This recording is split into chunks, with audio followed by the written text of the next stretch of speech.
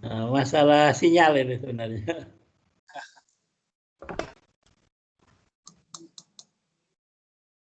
Lagi ini tidak bagus.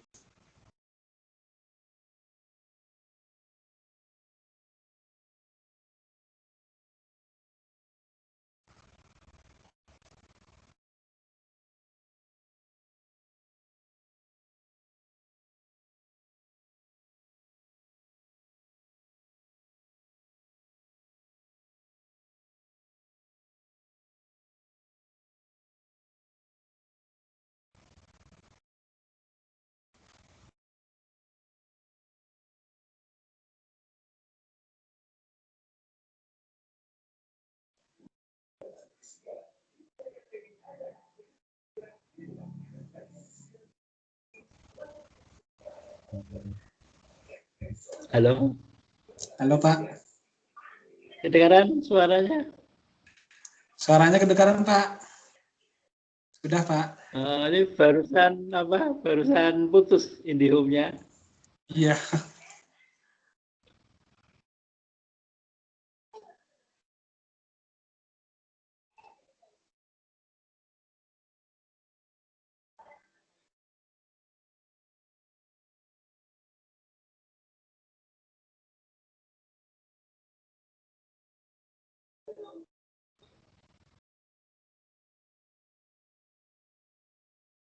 Kalau slide-nya kelihatan nggak?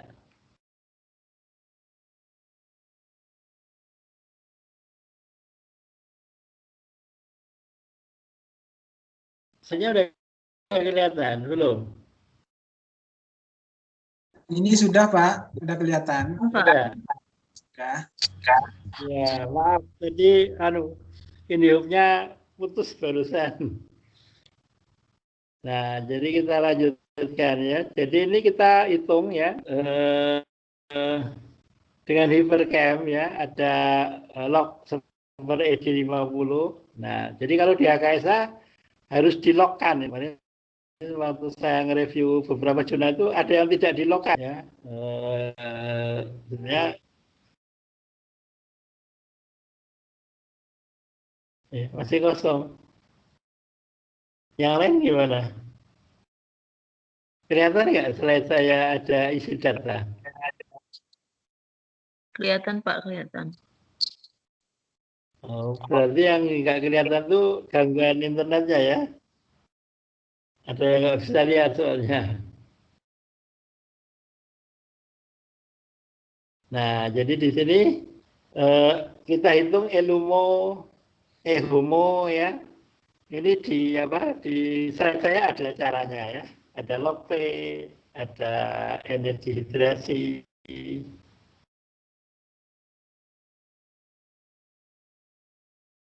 Nah, kemudian ini ada apa? Polarisabilitas, volume, ada surface area ya. Ada refraksi molar ya, ada energi total, ada moment dipole, ada HF ya, energi panas pembentukan ya. Nah, kemudian kita analisis hubungan kuantitatif struktur aktivitasnya dengan program Bilkisar ya. Bilkisarnya ini free juga. Nah, nanti tinggal kita masukkan datanya, kemudian intinya kita buat persamaan garis ya, supaya kita bisa mendesain molekul begitu ya. Nah, singkat ceritanya kita akan mengadu beberapa persamaan garis dan akan kita pilih ya satu atau beberapa ya. Di sini contohnya baru satu ya. Bisa lebih dari satu sebenarnya. Kemudian persamaan yang kita pilih itu nanti untuk mendesain molekul ya. Nah, di sini dari 8 persamaan garis di atas, maka dipilih masih hitam. Ada yang bisa lihat ya? Kalau yang masih hitam itu berarti internetnya ya, internetnya di yang bersangkutan begitu ya. Ada yang bisa lihat nggak ini? Bisa Pak. Oke, nama saya bisa Bapak. Oh, yang lain kok nggak bisa? Itu berarti Yang nggak bisa berarti nanti mudah-mudahan nengok rekamannya bisa lihat ya nanti. Nanti yang tidak bisa lihat bisa nengok rekamannya ya. Begitu. Nah, sehingga kita akan buat persamaan garis ya. Ya, jadi yang masih hitam nanti lihat rekamannya ya. Mudah-mudahan kalau yang masih hitam itu berarti internet di tempat masing-masing gitu ya. Nah, akan kita lihat persamaan garis ya. Ini persamaan garisnya kurang bagus ya, sengaja. Nanti yang satunya yang bagus ya. Itu kita buat persamaan garis, kemudian dari sini bisa kita desain molekul. Nah, dari persamaan garis itu kelihatan ya bahwa makin positif muatan C3, maka senyawa akan semakin besar log seper ED50. Terprediksi atau makin kecil ED50 ya. Atau senyawa semakin aktif. Dengan demikian, senyawa baru yang diusulkan agar lebih aktif ya, itu harus mempunyai gugus penarik elektron. Nah, pada substituen C4 ya. Gugus tersebut antara lain NO2 ya. Nah, senyawa tersebut setelah dioptimasi maka ED50 terkalkulasinya bisa dihitung begitu. Nah, setelah kita hitung maka ED50-nya 1,07 mg kilogram berat badan. Nah, jadi tadi Bapak Suparjan nanti kebalik ya, memasukkan gugusnya. Ya. Kalau untuk mendapatkan molekul yang bagus, harusnya dimasukkan gugus penarik elektron. Tadi semuanya gugus pemberi elektron begitu ya. Apakah salah? Nggak salah ya. Karena beliau hanya pengen tahu kalau dimasukin gugus A jadi apa, B jadi apa ya. Tidak untuk mencari molekul yang bagus ya. Jadi apapun penelitiannya itu tetap bermanfaat untuk data HSA begitu.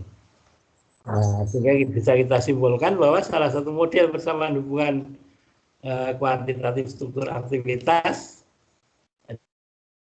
adalah persamaannya seperti ini. Kemudian senyawa yang diprediksi lebih aktif adalah 4 nitrokurkumin yang diprediksi mempunyai ED50 sebesar 1,07 mg per kilogram berat badan begitu.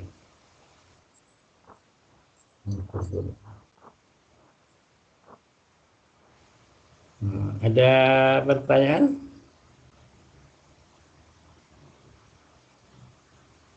Saya Pak, Jance Pak. Silakan. Silakan. Waktu S1 itu saya sempat dilibatkan dalam meneliti turunan kurkumin ini. Waktu itu saya meneliti PG-fenol Pak. PG-fenol sebagai antiinflamasi secara in vivo Pak. Itu bagaimana menurut Pak Hari berdasarkan apa? Kan itu ada gugus segi 5-nya ya Pak kalau Pak salah di betul. PG-fenol itu ya. Itu kalau berdasarkan apa? Persamaan yang tadi bagaimana Pak? Apakah ED50-nya lebih bagus atau karena waktu itu dia lebih bagus Pak daripada kurkumin? Iya, nah, tergantung nanti. Jadi sebenarnya nanti kalau misalnya mau yang segi 5 itu kerangkanya kalau bisa segi 5 semua, ada berapa data, terus kita desain sehingga menghasilkan molekul yang jauh lebih bagus begitu ya, dibanding kurkumin jauh lebih bagus ya. Jadi memang kalau mau menemukan obat itu harus pakai desain ya. Di farmasi itu ada dosen kimia ya, dosen kimia. Maksudnya dia dosen farmasi tapi backgroundnya kimia. Itu membuat molekul secara gambling ya, secara gambling. Suara saya kedengaran nggak ya? Kedengaran Pak. Iya. Saya yang lain bilang nggak dengar, jadi saya bingung juga. Ada yang dengar, ada yang tidak ya. Nah, jadi beliau ini membuat turunan kurkumin itu sampai 300 coba, 300 molekul. Tapi tidak pakai desain sehingga gambling, trial and error ya. Nah, kemudian kemarin kami membimbing anak S3 seolah-olah anak S3 itu yang mendesain molekul gitu ya. Tapi sebenarnya molekulnya sudah ada, sudah dibuat. Nah, ternyata hasilnya mengecewakan ya. Dari 300 itu tidak ada molekul yang bagus begitu ya. Jadi memang saran saya kalau mau menemukan obat itu pakai didesain, diprediksi. Mau dengan HKSA, mau dengan dokeng, tapi diprediksi kemudian disintesis begitu. Jangan dibalik ya, disintesis dulu terus nanti dicek ini bagus enggak. Ya itu ternyata hasilnya tidak menggembirakan begitu ya. Itu. Iya Pak, waktu itu tahun kalau nggak salah tahun 2003 apa 2004 ya Pak. Itu waktu itu udah pakai desain apa belum ya Pak ya? Saya kan nggak tahu juga sih. Tiba-tiba suruh uji antiinflamasinya secara in vivo gitu loh. Itu PG-fenolnya Pak. Enggak. Belum. Waktu itu kelihatannya belum pakai desain ya. Jadi waktu itu kan belum ada ini, kayaknya belum ada softwarenya juga ya waktu itu ya. Jadi waktu itu pemikirannya sederhana. Awalnya kurkumin itu kan 2 karbonil. Kemudian dipotong 1 karbonil jadilah itu ada PG fenol, PG HGV, kemudian ada beta-gamma-funon dan sebagainya itu ya. Jadi itu masih istilahnya belum pakai desain sebenarnya ya, memodifikasi biasa sehingga ya hasilnya menurut saya ya kurang begitu ya. Nah ini yang saya sebenarnya berbeda pendapat ya. Sehingga waktu mengembangkan BNCT yang 500 miliar itu juga masih derivat kurkumin. Sebenarnya kalau saya kurang setuju sebenarnya. Tapi apalah suara saya kan tidak ada kedengaran ya. Jadi kalau menurut saya kurkumin itu masa lalu ya, kejayaan masa lalu derivat kurkumin ya. Dulu ada Molnas jadi kita masih terbelenggu kejayaan masa lalu ya. Jadi PG fenol itu kalau nggak salah terakhir itu terdetek di dalam darah itu nggak ada molekulnya. Ya, artinya apa? Artinya yang bekerja itu kemungkinan metabolitnya, dan metabolitnya belum pernah diteliti. Nah, salah satu syarat obat adalah ada profil farmakokinetik drug itu prodrugnya atau metabolitnya, dan itu ternyata PG fenol belum ada sehingga terhenti ya. Jadi kalau bagi saya sebenarnya PG fenol itu bisa disebut masa kejayaan, tapi juga masa kegelapan kalau saya. Karena memang membuat farmasi UGM terkenal di seluruh dunia, tetapi industri nggak dapat apa-apa itu ya. Memang dananya waktu itu cuma 3 miliar ya, 3 miliar sehingga sekarang masih ada itu CRC ya, CRC, Kurkumin Research Center. Jadi kalau kita berkutik situ aja sebenarnya ya seperti itu begitu ya. Jadi mestinya ganti molekul ya, ganti molekul nggak harus dari kurkumin begitu ya. Yang sekarang kan kemarin itu yang pernah saya katakan, saya nguji itu molekul yang dijadikan proyek 500 miliar itu kan tidak bagus ya. Terus sekarang ganti lagi molekulnya, saya nggak tahu karena saya bukan masuk tim begitu. Jadi kalau bisa kita jangan terbelenggu masa lalu ya, terbelenggu oleh kurkumin ya, begitu. Iya Pak, sampai sekarang pun juga nggak ada kan yang di pasaran dari turunan kurkumin itu yang betul-betul beredar di Indonesia gitu. Iya. Waktu itu juga sempat ini Pak, jadi memang kami menyebutnya obat setan Pak waktu itu kan kebetulan angkatan saya banyak yang dilibatkan dalam meneliti itu, dan di masa saya itu akhirnya dibuat juga karena nggak larut dalam air, absorpsinya sulit, dibuat natrium PG fenol kalau nggak salah yang kelarutannya lumayan sehingga diinjeksikan gitu ke tikus untuk antiinflamasinya. Nah itu dulu skripsi saya itu Pak.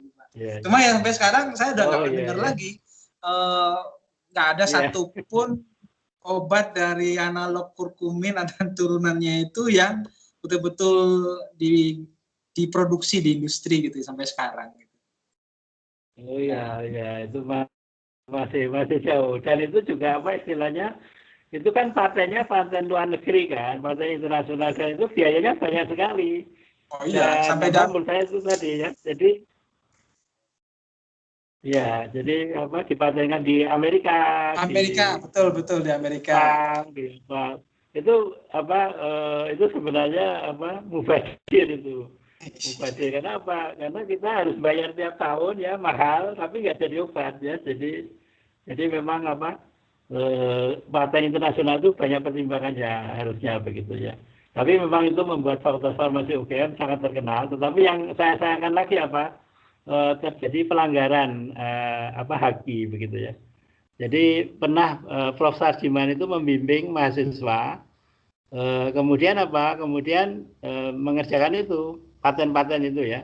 Kemudian suatu saat mahasiswa itu memang udah jadi dosen ya di tempat lain, kemudian presentasi di seminar internasional. Itu nama dari UGM nggak ada. Jadi itu sebenarnya pelanggaran itu. Tapi karena Pak Sarjiman dan kawan-kawan juga mungkin tidak begitu kekeh gitu ya. Jadi ya itu terjadi pelanggaran HAM pelanggaran haki sebenarnya begitu ya, pelanggaran haki. Nah, saya pernah marah-marah karena menurut saya paten saya dipakai mahasiswa, sudah saya kasih tahu caranya nulis, tapi nama saya nggak disebut. Saya marah itu ya. Saya marah terus jadi ceritanya mahasiswa itu mengerjakan molekul saya. Saya bilang ini paten saya, jadi sudah saya daftarkan. Memang waktu itu belum graded tapi sudah saya daftarkan kan. Waktu itu ada mau kerjasama dengan Kimia Farma ya. Kalau nggak salah waktu itu juga sudah menyebut angka Kimia Farma. Kemudian kita merekrut mahasiswa untuk mengerjakan. Nah ada mahasiswa itu yang yang mengerjakannya itu nama saya itu nggak disebut itu, padahal saya yang ketuanya paten. Ya. Kemudian Kemudian begitu mau ujian sudah dijilid begitu, padahal kemarin janjinya mau diperbaiki, tapi ternyata nggak diperbaiki, udah dijilid terus dia itu buru-buru ya. Jadi belum saya terima dia taruh di meja terus dia pamit. Pas saya baca lagi loh kok nggak diperbaiki, saya panggil itu. Besok saya langsung WA ke Pak Dekan dan penguji. Karena ini ujian satu untuk saya. Ternyata jadi ramai itu ya. Ternyata di mahasiswa terdengar berita Pak Hari sekarang kejam katanya. Bagaimana nggak kejam? Paten saya diinjek-injek ya. Saya ingin mendidik bahwa harus melanggar harus menghormati haki. Katanya UGM bebas pelanggaran haki. Kenapa paten saya diinjek-injek? Ya, saya marah besar itu. Sampai saya dipanggil Pak Bagus waktu itu. Saya dipanggil maunya Pak Hari apa? Ya maunya saya, molekul saya, nama saya disebut, sudah saya daftarkan paten, kan nggak etis saya bilang gitu. Jadi anaknya udah dijilid itu, saya suruh bongkar lagi sudah dikasih tahu, tapi diremehkan begitu ya. Pak, mahasiswa pertanyaan lagi. Banyak kesalahannya Pak.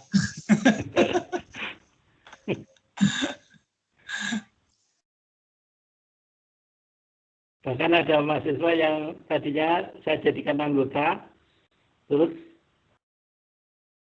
karena terjadi pelanggaran gitu, akhirnya dia nggak enak, dia keluar sendiri. Saya suruh di atas meterai keluar, jadi tim penemu gitu, inventor begitu ya.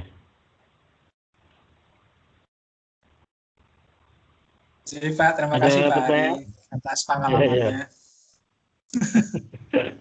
Ada pertanyaan ya? Ya.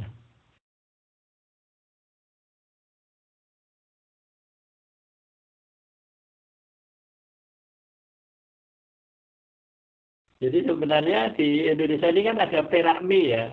Pak Yande ikut jadi anggota Perakmi nggak? Belum Pak. Belum. Sebenarnya ada Perakmi, tapi juga nggak menghasilkan apa-apa gitu ya. Jadi ya itu karena kita sudah didoktrin, tadinya itu sudah didoktrin bahwa menemukan obat itu susah. Nah baru setelah ada COVID ini semua orang bicara penemuan obat, tapi juga masih belum ada buktinya kan, karena memang ya itu tadi sudah terlanjur didoktrin begitu ya.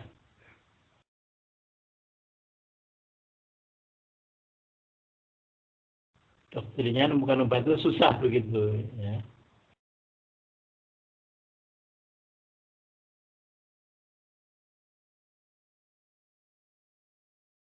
Dan industri kimia dasar kita juga kayaknya masih diem tidur gitu ya. Harusnya industri kimia dasar kita kan menyediakan bahan-bahan yang untuk obat, sehingga kita kayak misalnya paracetamol dan sebagainya, tuh apa bahan-bahan untuk sintetik obat itu harusnya disediakan sama industri kimia dasar. Tapi dulu ada peraturan setiap industri itu harus apa bikin satu bahan baku, tapi enggak apa yang melanggar enggak ada dasar sanksinya ya, ya melanggar semua. Akibatnya enggak ada industri farmasi yang bikin bahan baku obat begitu. Ya Pak, kalau yang masalah ini sih memang jadi dilema bagi dosen-dosen yang ngajar kimia medisinal dan kimia organik di kampus ya Pak ya. Kita ngajarin kayak Iya, gitu, tapi di Indonesia sendiri nggak ada industri bahan baku obat gitu. iya. Nah, kalau di bidang pendidikan untuk ujian apa kompetensi apoteker itu juga sama Pak. Soal-soal kimia organik Iya, sering tertolak karena nggak relevan dengan dunia nyata di Indonesia gitu. iya, iya. Apa Belum, ya itu menjadi masalah sih Pak sebenarnya. iya. Apakah kurikulum Nah, apa seperti ini tidak didukung oleh apa realita yang ada di Indonesia gitu. ya betul betul ya, betul. Tahun lalu saya ngajar desain obat, mahasiswanya satu, dosennya 4. Mahasiswanya satu orang ngambil, dosennya 4. Jadi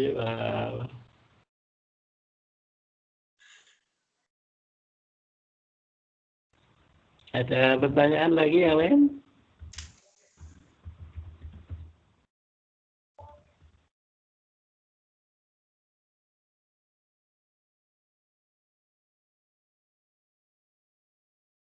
Cukup kayaknya.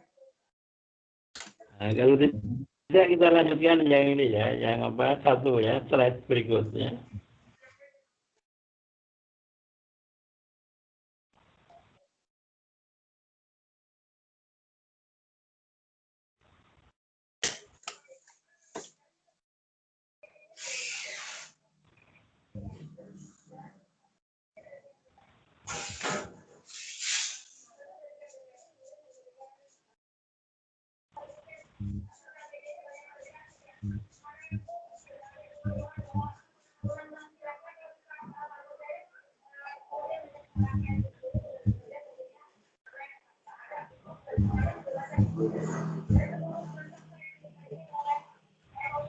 Slide kelihatan nggak ya yang hijau?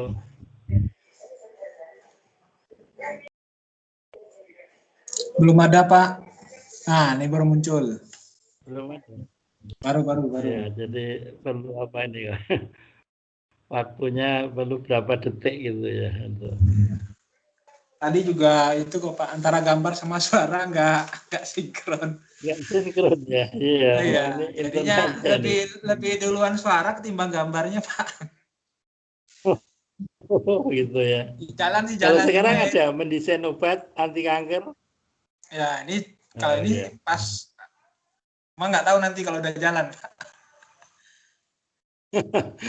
Coba kita ganti slide.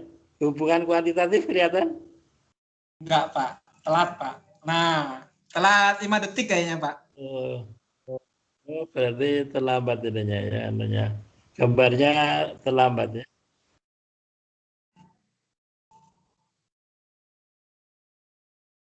Eh, jadi di sini hubungan kuantitatif struktur dan aktivitas turunan isati.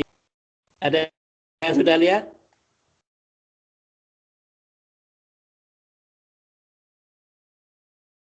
Sudah Lihat, Pak. ya, oke.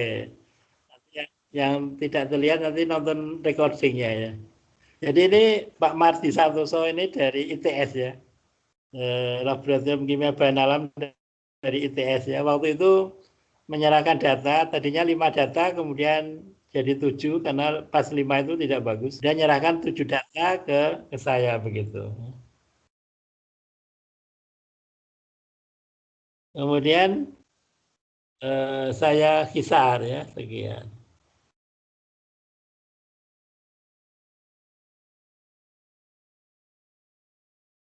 Tabel 3 kelihatan?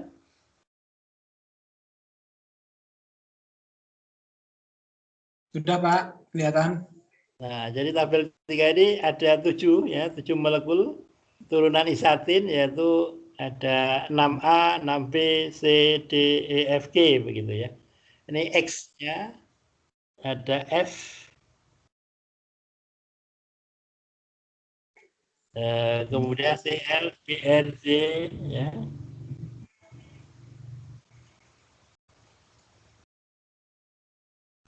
Kemudian ada activity mikromolar ya.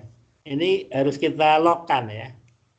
Nah, jadi kalau mereview jurnal harus dilogkan ya. Kalau masalah minus itu hanya naik atau turun, tapi lognya harus ya. Nah, kemarin saya review jurnal tidak dilogkan, itu sebenarnya nggak benar sebenarnya. Slide berikut. Kelihatan gambar struktur molekul? Izin Pak Ari. Ya. Itu untuk log itu fungsinya memang untuk apa nggih Pak? Karena persamaan itu didapat dari log ya. Dari gitu, lognya ya. Ya, jadi kalau kita belajar farmakokinetik itu ada hubungan dosis respon ya. Itu harus asal usulnya dari sana ya. Kalau yang kuliah KSA lebih terinci itu ya. Atau di buku Pak Siswandono juga ada itu ya. Di buku-buku asing juga sama ya. Jadi harus dilogkan ya. Kalau tidak persamaannya itu kan harus log ya. Kemarin saya nge-review beberapa jurnal itu kok nggak dilogkan. Alasannya datanya sudah bagus, nggak bisa kayak gitu. Walaupun ada jurnal luar, dia mengacu jurnal luar, tapi menurut saya ya tidak betul begitu ya. Nah ini yang saya lingkari merah ini, kelihatan ya lingkaran merah? Kelihatan. Nah itu R-nya ya. Jadi R-nya itu di dua C di situ ya. Ada yang dimasukin BR, ada yang dimasukin metil, ada yang dimasukin Cl ya. Nah, seperti itu. Kemudian slide berikut. Nah, di dalam HKSA itu harus ada master ya. Master itu maksudnya gambarnya kerangka. Tadi kita tadi ngomong kalau kerangkanya harus sama. Nah, kerangka itu yang harus kita buat master supaya apa? Supaya nanti seragam ya.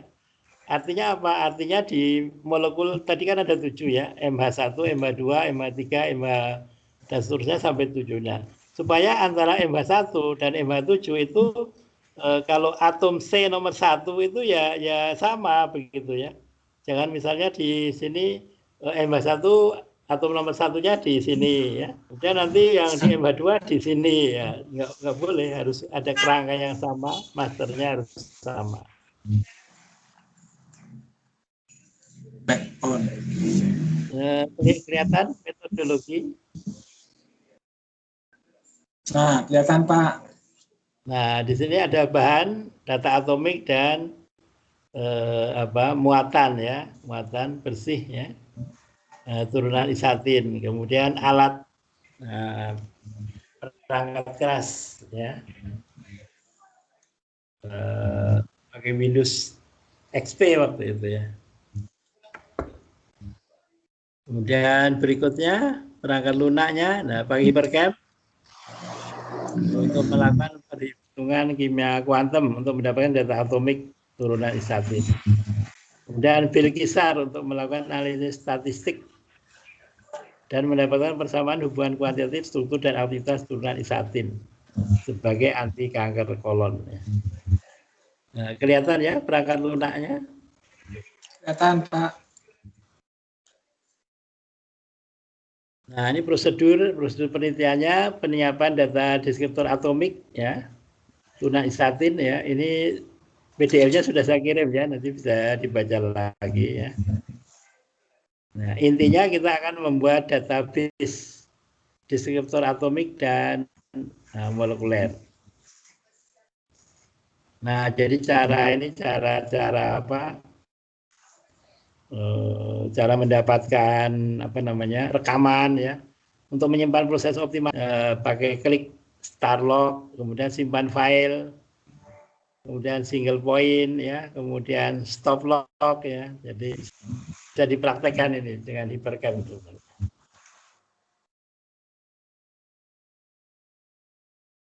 Nah, ini data detektor atomik senyawa turunan istatin dan data detektor ini lanjutannya ya. Kemudian yang slide berikut data deskriptor molekulernya.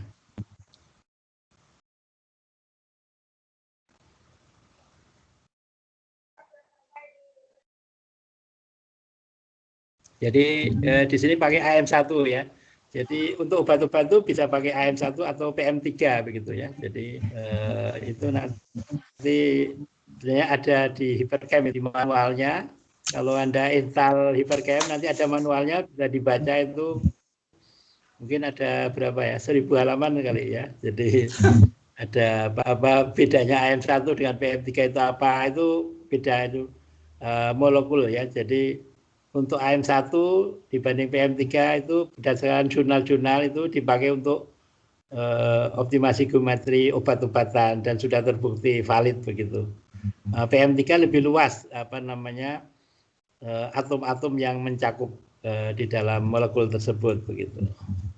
Untuk HyperCamp itu apakah gratis atau apa Pak? Ada fitur-fitur? Oh, HyperCamp itu berbayar ya, berbayar. Jadi ceritanya MIPA UGM ya, MIPA Kimia UGM itu punya lisensi. Dulu saya pernah ikut kuliah begitu. Jadi saya dapat HyperCamp-nya itu begitu. Jadi sebenarnya yang punya itu MIPA Kimia UGM itu ya. Iya. Share itu sama 2050 kalau nggak salah gitu. Jadi saya kalau pakai HyperCamp kalau mau publikasi ngajak dosen MIPA Kimia begitu. Tapi kalau nggak ketahuan juga nggak apa-apa sebenarnya ya. Saya pernah membuat jurnal memakai HyperCamp, ngitung muatan itu ya, hanya memakai muatan aja itu nggak juga, nggak ketahuan juga begitu ya. Jadi tergantung keberuntungan. Kalau ketahuan ya mungkin ditolak sama jurnalnya, kalau nggak ketahuan ya mungkin enggak gitu. Nah di sini. Nah ini data detektor molekuler ketujuh senyawa.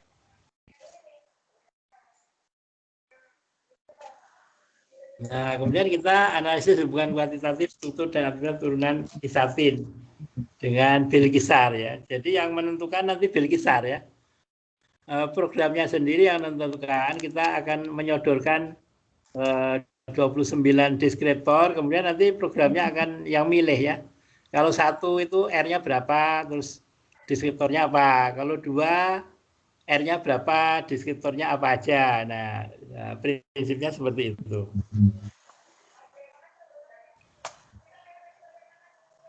Nah, di sana ada dua metodenya, systematic search dan kinetic algoritma begitu ya. Nanti hasilnya juga bisa sama sebenarnya. Nah, ini kinetic algoritma ya. Ini bisa dibaca di modulnya yang saya kirim PDF itu ya. Nah, di sini tidak dipraktekkan ya, karena kalau prakteknya itu butuh 6 kali pertemuan ini ya. Nah, kita hasil dan pembahasan ya. Kelihatan di sini.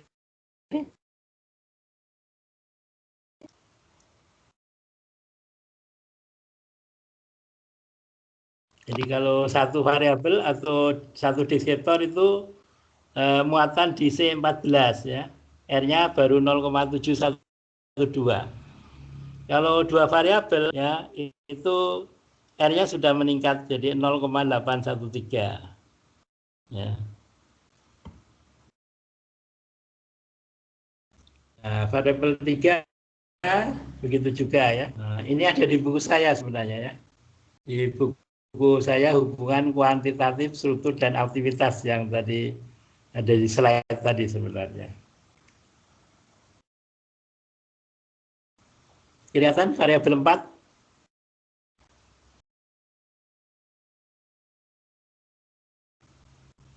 Udah Pak, datang. Nah, di sini setelah ada 4 variabel itu R-nya sudah tinggi ya, 0,999. Nah, kita akan memilih deskriptor yang bisa untuk kita desain molekul.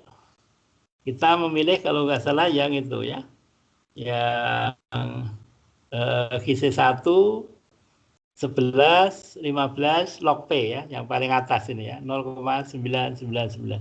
Kenapa? Supaya kita bisa mendesain molekul dengan memasukkan substituen tadi ya. Jadi misalnya di C dan C11 itu kita bisa gunakan ya. Kalau kita kembali ke tadi ya, saya kembali ke belakang ya, yang tadi kan 11, 15 ya. Kita cek ya strukturnya tadi. 11, 15 ya. Jadi waktu kita membuat master tadi, nah ini di 11 ya, dan 15 ya. Jadi yang 1, 2, 3,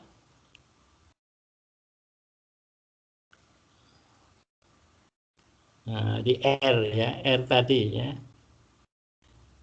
Ini jadi kan 11 ya, ini kan 11, 12, 13 ya. Jadi 11 ini dekat dengan 12, padahal 12 ini kan ada R-nya, makanya bisa untuk mempengaruhi nanti ya. R ya, begitu. Kemudian yang 15, 16, 17 juga begitu.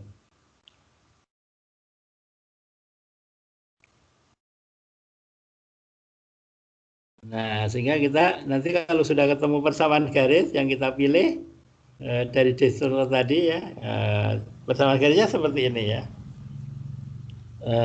Mudah-mudahan kelihatan log per IC50 sama dengan plus 976,1402. Kelihatan nggak?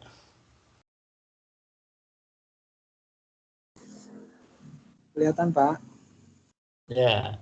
Nah, ini jauh lebih bagus dibanding yang kurkumin tadi ya. Kurkumin tadi datanya 13 tapi tidak bagus ya. Dalam persamaan garis di sini ada plus minus ya, plus minus ya. Jadi plus minusnya itu harus lebih kecil dari koefisien ya. Tadi kan enggak tadi ya. Nah ini kalau dalam jurnal kadang-kadang ada yang dalam tanda kutip ngakali gitu ya, enggak dicantumin gitu ya, karena jelek begitu ya. Jadi kalau jurnal yang bagus harus ada plus minusnya begitu ya. Kita untuk ngecek persamaan garisnya itu bagus enggak begitu ya. Nah, di sini plus minusnya semuanya lebih kecil dari koefisien ya. 976 dengan 213, 45 dengan 8,5, 51 dengan 7,3 ya. 3,2 dengan 0,4 ya. 78 dengan 17 ya. Jadi ini termasuk persamaan garis yang bagus ya. Walaupun hanya dengan 7 data ya, tapi kualitasnya lebih bagus dibanding yang kurkumin 13 data tadi. Kalau kita lihat persamaan garis di slide berikut.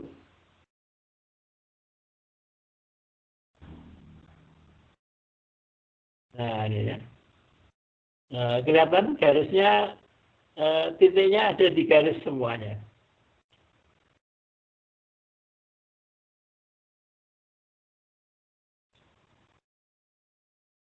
Iya Nah, ini Pak. kalau dibesarkan seperti ini ya. Jadi yang 13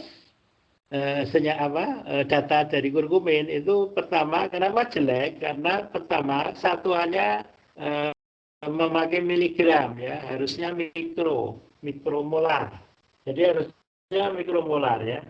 Jadi setelah saya ganti mikromolar, terus data pencilan saya keluarkan menjadi 8 data, itu ternyata lebih bagus dibanding yang 13 data tadi. Nah, dari sini sebenarnya bisa didesain molekul ya. Nah, ini persamaan garisnya pakai yang ini. Kemudian di sini kelihatan bahwa di C11 dan C15 itu bisa kita mainkan. Di situ sama-sama plus ya. Plus 45 dan plus 51. Artinya apa? Artinya kalau menghendaki IC50 kecil, berarti harga di sebelah kiri sama dengan harus besar. Ya. Karena IC50 sebagai pembagi, ya. Juga supaya sebelah kanan besar. Berarti yang plus itu harus lebih plus lagi. Supaya lebih plus, maka muatan di C11 dan C15 harus lebih positif. Supaya lebih positif harus harus dimasukkan gugus penarik elektron, begitu ya. Nah, jadi itu bisa kita atur ya. Sehingga ini ada 12 mahasiswa yang ujian waktu itu. Saya suruh mereka mendesain molekul yang satu sama lain berbeda ya. Jadi nggak boleh sama, makanya harus kerja sama ya. Jadi kalau sama nggak boleh, makanya mereka harus kerja. Soalnya dibawa pulang ya berhari-hari. Kemudian nanti mereka mendesain molekul. Nah hasilnya seperti berikut. Jadi dimasukin. Nah ini ya. Jadi mahasiswa nomor 1 memasukkan gugus di C16 COH dan di N12 itu Cl ya. Ya. Jadi karena yang kita masukin C16 dan N12 makanya tadi C15 dan C11 itu bisa kita gunakan untuk memasukkan gugus di sana.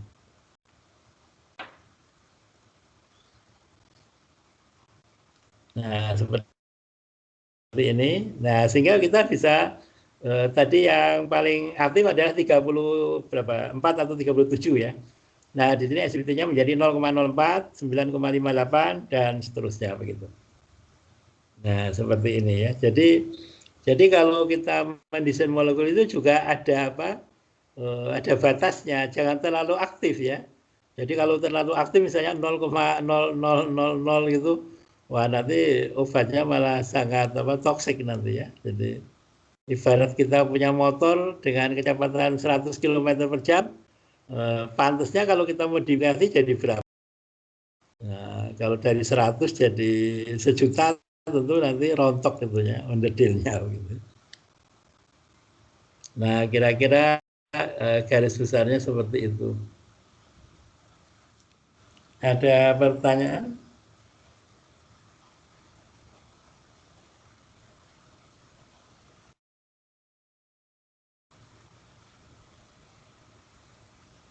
Semoga rekamannya bisa ditengok ya.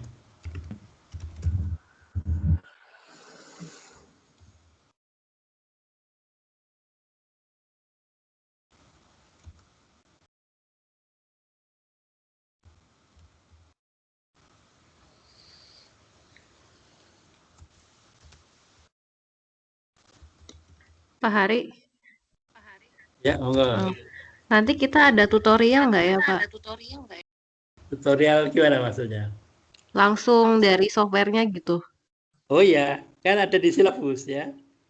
Jadi silabusnya itu, tapi kalau HKSA nggak ada. Di silabus sudah saya share kan. Pertemuan pertama itu apa? Pertemuan kedua itu apa ya?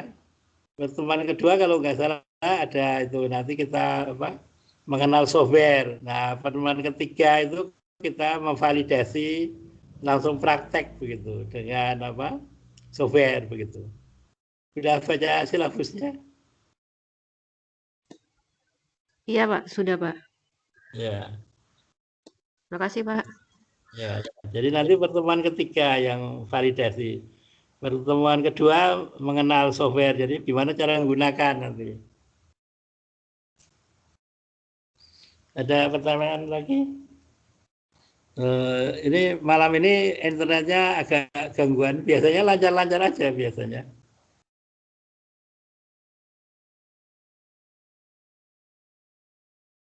Ya Pak, nggak apa-apa Pak. Ya.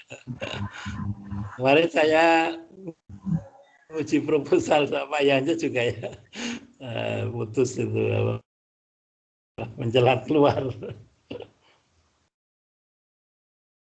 Ada pertanyaan?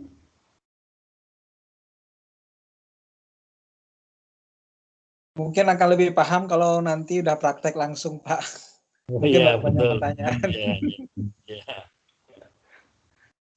Itu ya udah muter itu testimoni apa dari peserta itu ya. Yang bersangkutan itu kalau nggak salah S2 di IPB ya. S2 di IPB terus tadinya pakai software apa Autodoc Vina kalau nggak salah ya. Nah ternyata masing-masing orang beda-beda ini pending site-nya. Nah kalau yang plan ini kan sama ya. Semua orang dengan laptop yang berbeda pending site untuk satu DB itu sama ya. Kalau yang Autodoc Vina kan bikin sendiri-sendiri ya. Jadi apa kalau tadi ada yang apa sudah muter testimoninya tadi ya. Alhamdulillah ya dengan plan bisa jalan itu ya. Sebelumnya kesulitan yang bersangkutan begitu. Ada pertanyaan lagi?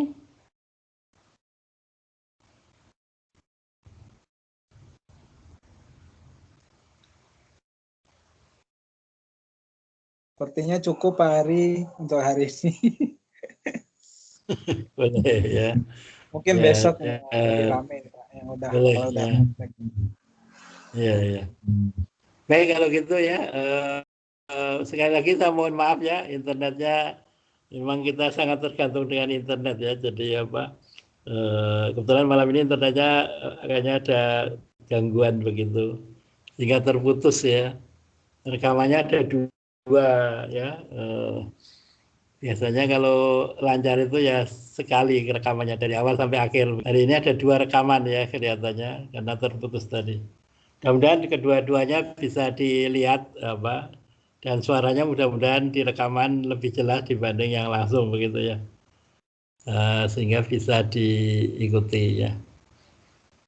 Walaupun untuk yang pernah kuliah sama saya ini pengulangan ya, mudah-mudahan nggak bosan ya. Kayak coba ada Bang Rio ya tadi kalau nggak salah. Baik kalau gitu kita akhiri. Terima kasih. Alhamdulillahirobbilalamin. Assalamualaikum warahmatullahi wabarakatuh. Sampai jumpa hari Rabu ya. Kalau ada Waalaikumsalam. yang mau bertanya silakan bisa WA. Ya. Bisa WA.